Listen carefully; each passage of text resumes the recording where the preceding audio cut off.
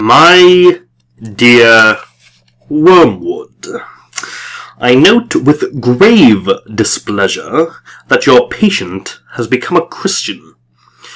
Do not indulge the hope that you will escape the usual penalties.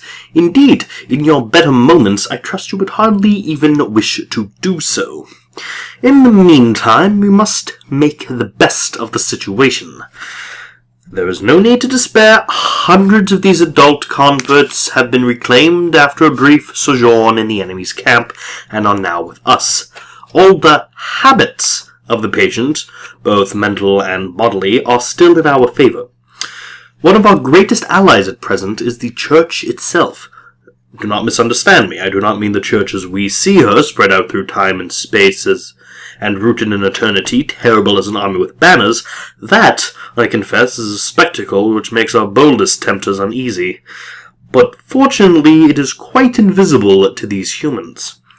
All your patient sees is a half-finished sham Gothic erection on the new building estate.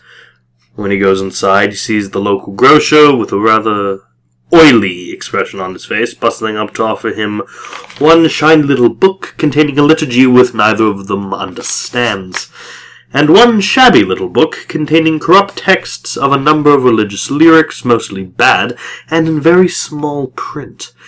When he gets to his pew and looks around him, he sees that selection of his neighbors whom he has hitherto avoided. You want to lean pretty heavily on those neighbors. Make his mind flit to and fro between an expression like the body of Christ and the actual faces in the next pew. It matters very little, of course, what kind of people that next pew really contains. You may know one of them to be a great warrior on the enemy's side. No matter your patient, thanks to our father below, is a fool. Provided that any of those neighbors sing out of tune, or have boots that squeak, or double chins, or odd clothes, the patient will quite easily believe that their religion must therefore be somehow ridiculous. At his present stage, you see, he has an idea of Christians in his mind which he supposes to be spiritual, but in fact is largely pictorial. His mind is full of togas and sandals and armor and bare legs, and the mere fact that the other people in church wear modern clothes is a real, though of course an unconscious, difficulty to him. Never let it come to the surface, and never let him ask what he expected them to look like. Keep everything hazy in his mind now, and you will have all eternity wherein to amuse yourself by producing in him the peculiar kinds of clarity which hell affords. Work hard, then, on the disappointment or anticlimax which is certainly among coming to the patient during his first few weeks as a churchman. The enemy allows this disappointment to occur on the threshold of every human endeavor. It occurs when the boy who has been enchanted in the nursery by stories from the Odyssey buckles down to really learning Greek. It occurs when lovers have got married and begin the real task of learning to live together. In every department of life, it marks the transition from dreaming aspiration to laborious doing.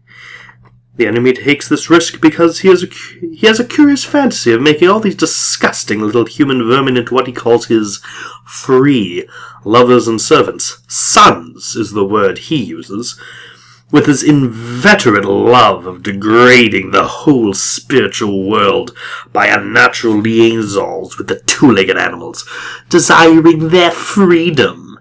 He therefore refuses to carry them, by their mere affectations and habits, to any of the goals which he sets before them.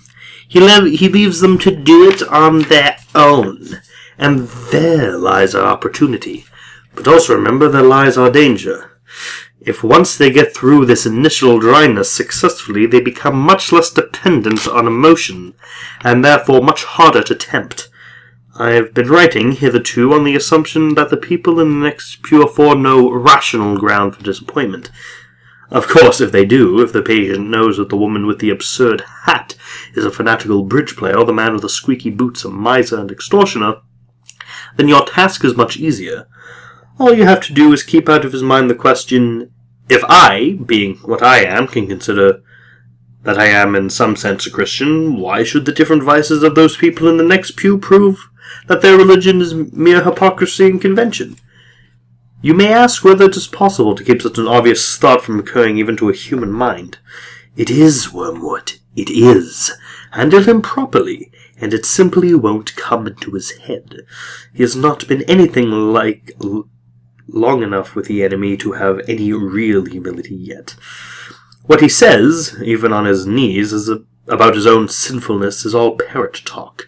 At the bottom he still believes he has run up a very favourable credit balance in the enemy's ledger by allowing himself to be converted, and thinks that he is showing great humility and condescension in going to church with these smug, commonplace neighbours. At all, keep him in that state of mind as long as you can. Your affectionate uncle, Screwtape.